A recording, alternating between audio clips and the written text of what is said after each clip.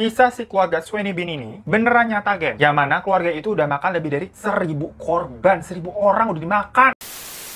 Hey everything, thank you udah ngeklik video ini dan selamat datang di Mr. Stings. Apa kabar dunia? Masih di rumah aja.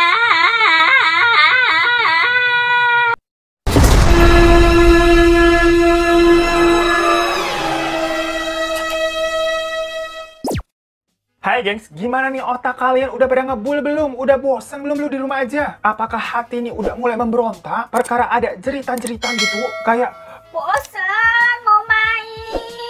apakah kalian udah di fase gak tahu sekarang hari apa, tanggal berapa? Perkara semua hari tuh sama aja berasa hari Minggu gak sih? Kalau kerjaannya seharian di rumah, terus sampai udah lupa gimana rasanya itu macet-macetan, bunyiin klakson, teriak-teriak. Yang sekarang kalau dipikir ngangenin gitu. Rasanya indah masa-masa itu ya gengs. Apalagi bulan puasa kayak gini nih. Pas lagi heboh-hebohnya jam segini kan beli takjil, terus buru-buru pulang buat buka bareng sama keluarga kalau awal-awal minggu kayak begini. Padahal pas ngalamin dulu sih, empetnya kayak apaan tahu ya? Udah lagi puasa, lapar, macet, panas, dikejar waktu, diserempet kendaraan lain. Ya Allah, buah, emosi manusia pada saat itu telah dicoba, wahai saudara-saudara. Tapi sekarang nih, gue kayaknya udah di tahap pasrah kali ya, gengs. Jadinya salah satu cara, biar gue nih gak bosan, ataupun bengong-bengong di rumah doang, selama bulan puasa takut kesurupan kan? Kalau bengong melulu begitu, ya apalagi kalau nggak nonton film. Enak banget kan tuh kalau nyalain AC gitu adem, sambil tiduran gitu di kamar, nonton film dari HP, sambil nunggu beduk buka puasa. Buah, enak banget. Pasti kalian juga demenannya begitu tuh. Apalagi kalau nonton filmnya di handphone yang layarnya gede dan kecil kayak gini, gengs. Mantep banget gak tuh? Makanya di sini gue mau membahas beberapa film yang seru banget buat kalian tonton selama di rumah aja, tapi bukan sinetron kali ya. Yang ada kalau kebanyakan nonton sinetron tuh, kita mah cuman emosi doang gitu, nggak kelar-kelar abisnya. Pelotot bersambung.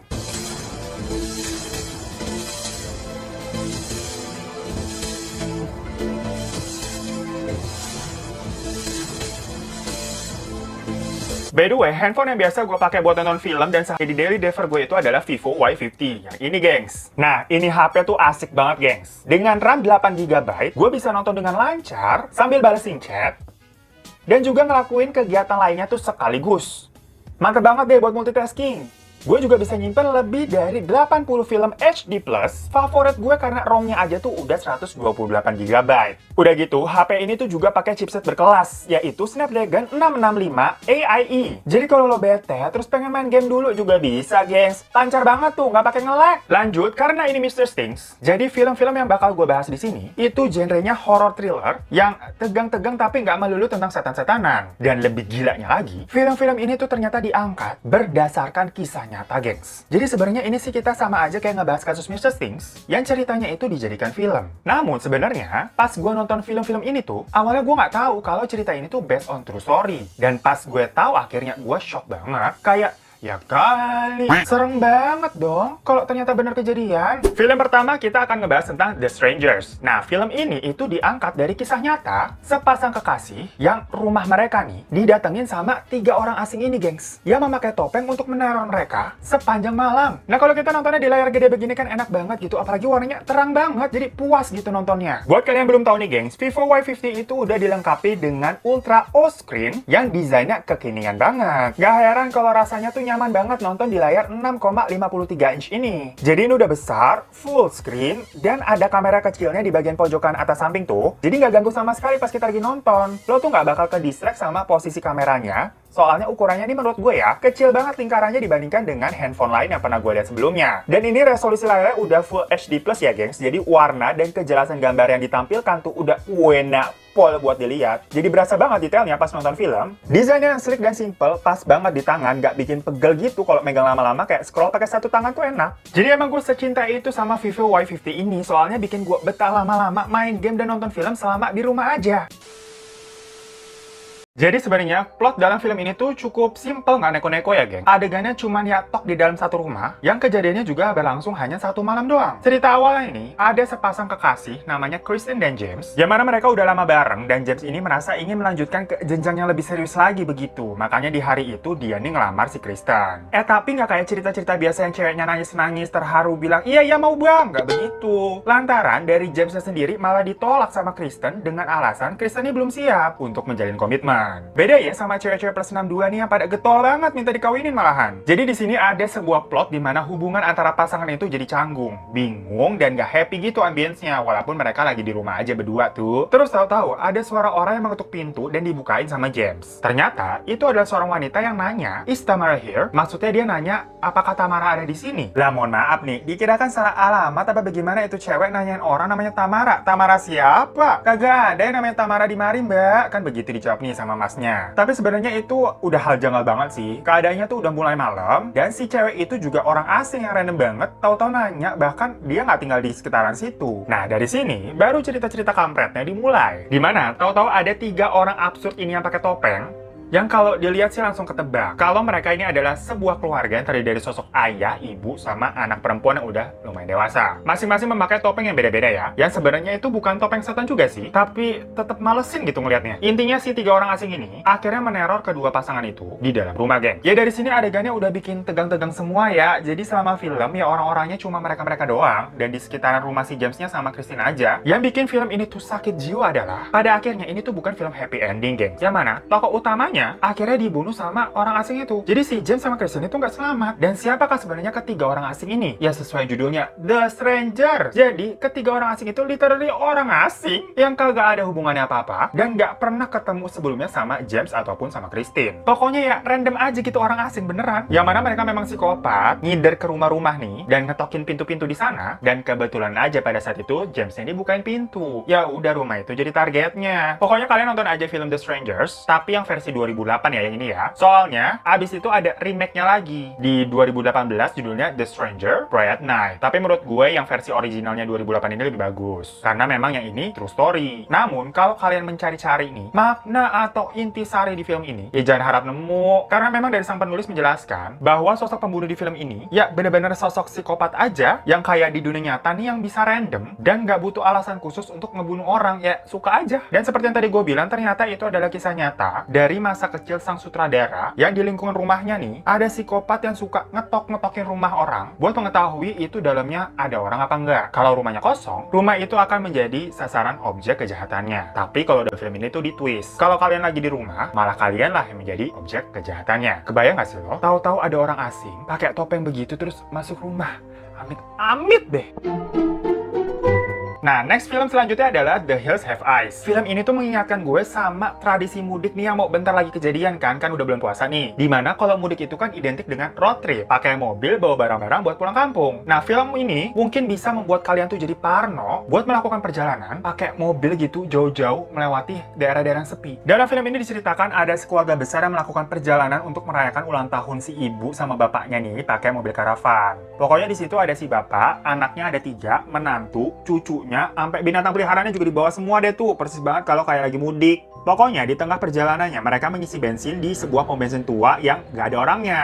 Nah di situ mereka dilayani sama pemilik tempat itu. Dari penampilannya aja udah creepy banget. Yang biasa kalau ibu-ibu ngeliat tuh, kita punya teman begitu tuh pasti bilangnya, kamu jangan deket-deket sama dia. Ibu punya firasat yang nggak baik, kayaknya dia nggak bener deh orangnya. Yang mana dia nih ngasih suggest ke si bapak buat lewat jalan pintas aja. Itu jalan emang nggak ada di peta sih atau di GPS, soalnya nggak diketahui orang banyak, makanya nggak macet dan bisa langsung cepet sampai kalau lewat jalan itu.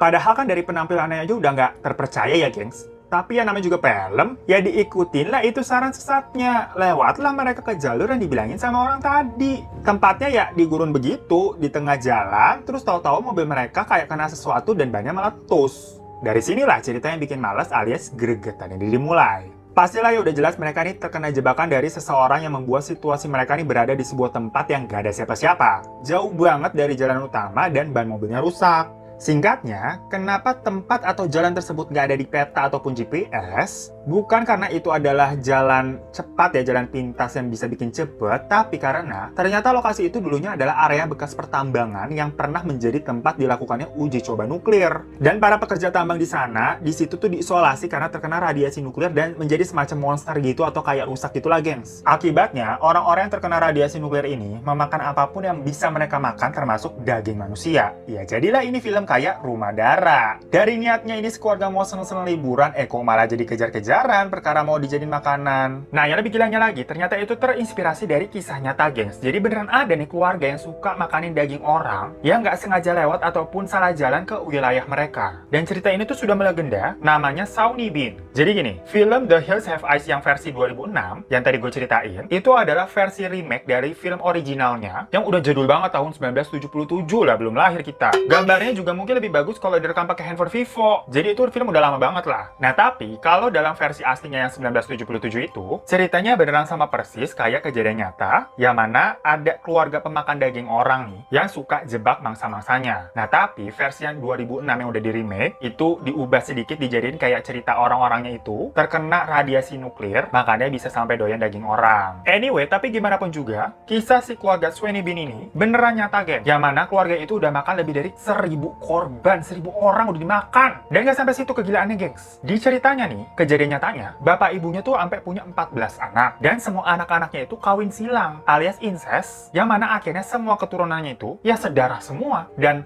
makan orang semua, makanya bisa sampai korbannya 1000 tadi. Kapan-kapan kita bahas secara khusus ya tentang keluarga ini. Tapi kan kita jadi parno begitu ya. Lagi mudik, salah jalan, lihat kanan kiri kok gak enak gitu perasaannya ya.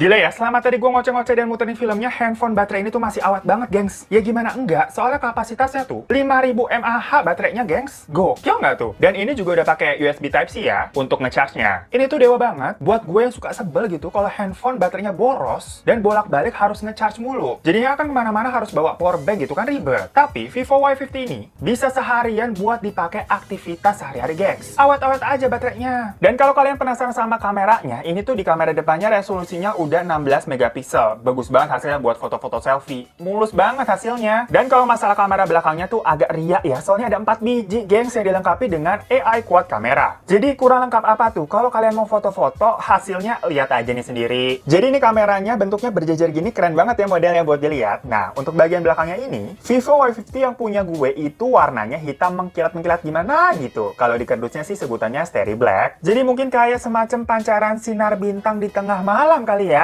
Ya Allah, putis banget ya pakai sebutan Starry Black. Curiga temennya Rangga ADC deh yang buat namanya. Sebenarnya ada warna lain juga ya buat bagian belakangnya, yaitu Iris Blue kalau nggak salah namanya. Jadi kayak kebiru-biruan gitu. Tapi ya itu selera aja sih. Kalau gue emang lebih suka yang Starry Black ini, biar lebih nyatu sama layar depannya gitu. Jadi sama-sama hitam. Jadi pas mati gitu kayak keren aja dibawa-bawa. Menurut gue, Vivo Y50 ini tuh udah bener-bener memenuhi segala aspek. Dari segi desain, layar, kamera, memori, baterai, sampai prosesornya semuanya mantep, gengs. Apalagi kan sekarang bulan Ramadan nih, yang nggak bakalan terasa tahu-tahu udah lebaran. Saatnya deh menjadi warga plus 62 seutuhnya, yaitu HP baru, alhamdulillah, untuk dipamer di hari raya.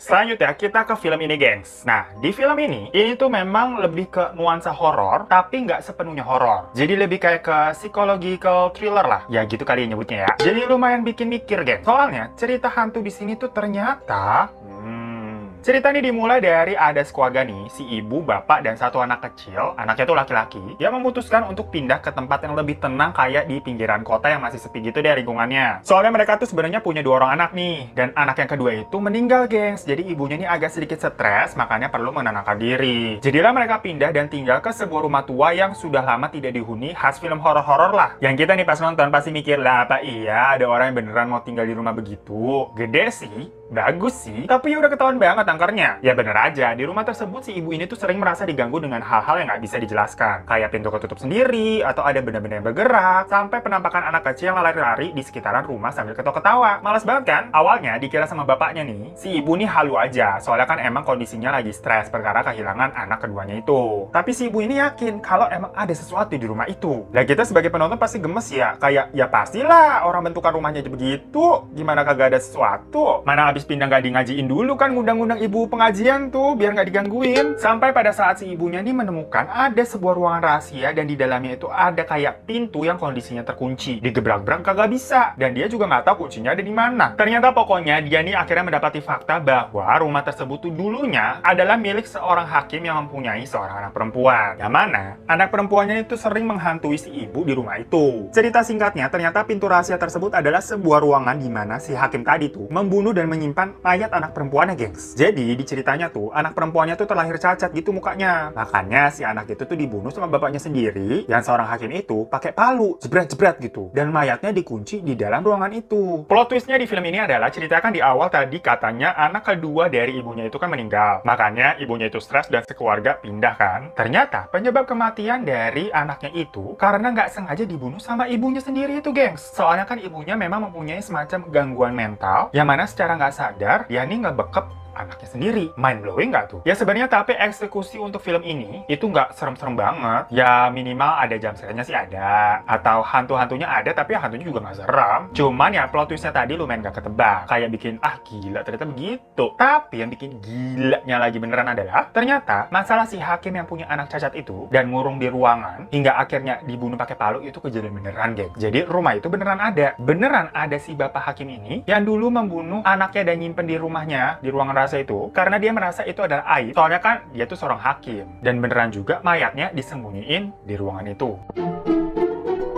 Nah, di film terakhir ini ada yang ribet banget judulnya, nih lu baca sendiri aja tuh. Extremely Wicked, Shockingly Evil and Vile. Mampus nggak tuh ribet banget. Nah, film ini menceritakan tentang seorang pembunuh berantai yang legendaris banget, yang mana kalian udah pasti tahu juga nih, karena gue pernah ngebahas kasusnya, yaitu Ted Bundy. Seorang pembunuh berantai sadis yang memiliki wajah ganteng, karismatik, dan juga pinter. Sampai-sampai walaupun dia divonis menjadi pembunuh, tapi tetap ada fans-fansnya yang banyak gitu, cewek-cewek, gengs. Film-film mengenai Ted Bundy sebenarnya banyak versinya ya. Sampai ada benernya yang biografinya juga yang ada Ted Bundy benerannya juga ada tuh. Tapi yang unik dari film ini, itu selain lebih kekinian karena diangkat di Netflix, ceritanya juga diambil dari sudut pandangnya si Ted sebagai seorang manusia gitu. Jadi di sini kita bisa mengetahui kalau psikopat tuh bisa jatuh cinta, dan psikopat itu juga mikirnya apa sih kalau lagi gak kumat-kumat banget. Nah, Ted Bundy yang diperanin sama Zac Efron dalam film ini tuh ceritanya lebih jadi kayak film romansa yang mana dia nih jatuh cinta banget sama ceweknya, dan nurut banget juga, dijagain banget itu cewek. Tapi di sisi lain dia nih punya sisi kelam yang bunuh-bunuhin cewek di luar sana. Namun giliran dia balik pulang nih ke rumah terus ketemu kekasihnya itu, dia totally berubah jadi sosok yang baik dan normal, geng. Ini gila banget sih menurut gue. Ibarat kata ya mungkin kayak maling atau jamret kali ya. Kalau di luar dia nih jadi penjahat, tapi pas udah di rumah ya dia menjadi sosok suami ataupun bapak dari anaknya. Jadi menurut gue film ini tuh cukup unik ya buat plot ceritanya, yang mana hampir dari semua cerita ini adalah kisah nyata dari seorang Ted Bundy yang emang begitu, sifatnya begitu. Namun selama film ini tuh nggak ada adegan bunuh-bunuhan ya, gengs. Karena itu benar-benar menceritakan dari sudut pandangnya dia sebagai manusia. Ya walaupun di akhir ceritanya sih ada tuh waktu sudah terungkap kalau ternyata dia sebenarnya memang seorang pembunuh. So itu tadi beberapa rekomendasi film horror thriller yang ternyata beneran kejadian nyata di dunia ini, gengs. Jadi kebayang dong gimana itu orang-orang yang ngalamin kejadian itu beneran. Jangan ngaku pencinta Missusting deh kalau belum nonton. Tapi nanti pas kalian nonton, jangan lupa tag gue di Instagram ya. Dan selain film-film tadi, apa nih kalian punya rekomendasi film-film lain gitu misalnya, yang seru-seru buat ditonton selama di rumah aja, biar nggak bosen gitu kita. Langsung aja tulis judulnya di komen bawah ya. Gue sebenarnya ada beberapa film-film rekomen yang horror banget, yang kental, yang beneran serem gitu dan wajib buat ditonton. Next nanti gue buat list film-film horor yang wajib buat ditonton deh. Oh iya, buat kalian yang mau beli Vivo Y50 ini, bisa langsung beli handphonenya. Udah gue kasih linknya di bawah, di kolom deskripsi ya. Kalian cek aja, kalian klik aja itu. Dan thank you banget buat semua yang udah nonton. Jangan lupa untuk klik subscribe di bawah buat kalian yang belum. Kalau kalian udah subscribe, terima kasih banyak kalian udah support channel ini. Juga boleh minta like-nya. Dan jangan lupa juga follow Instagram gue @hirotadaivan. Sampai jumpa di kasus Missusting selanjutnya. Dadah!